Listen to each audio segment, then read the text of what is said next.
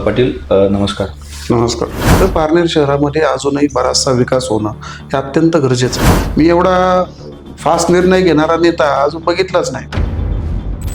कुठलंही माझ्याकडे पद नसताना सुद्धा 300 कोटीचा DPR हा 1 तासामध्ये, अक्षरशः 1 तासामध्ये मी, आणि जबाबदारीने बोलतो कॅमेऱ्यासमोर, 1 तासामध्येच मी मंजूर करून घेतला. जो काम करतोय बाबा श्रेय तुम्ही घ्या, आमचं काही म्हणणं नाही, जो काम करतोय त्याला काम करू द्या.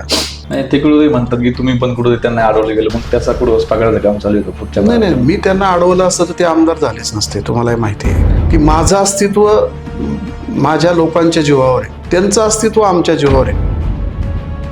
मी त्यांच्या जीवावर नाही, ते माझ्या जीवावर. आज ते गाडीमध्ये जे लोक घेऊन फिरतात ना, त्यांनी सगळ्यांनी त्यांच्या विरोधात काम केले, अशी लोक ते घेऊन फिरतात.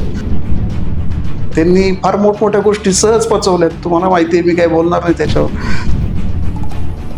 सहज इतकी मोठी गोष्ट जो पचू शकतो, एखादा माणूस एखाद्याच्या आयुष्याची गोष्ट पचू शकतो, तर माझ्यासारख्याला सहज विसरून जाणं हा काही फार मोठा धक्का आहे मला, असं काही नाही.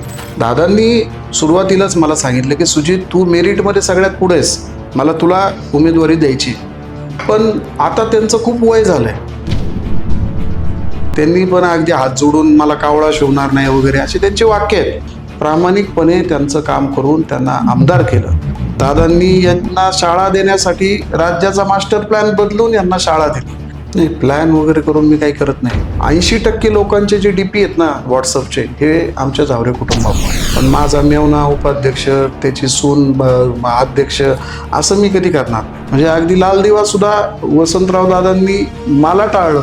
मला सांगितलं की थांब, आपल्याला कार्यकर्ता मोठा करायचा आहे. आता सगळेजण मुलासाठी माझा मुलगा मोठी पार सगळीकडे. काही लोकांनी तर कलेक्शनला सोडले, 4 पोरं, 3 पोरं सगळे.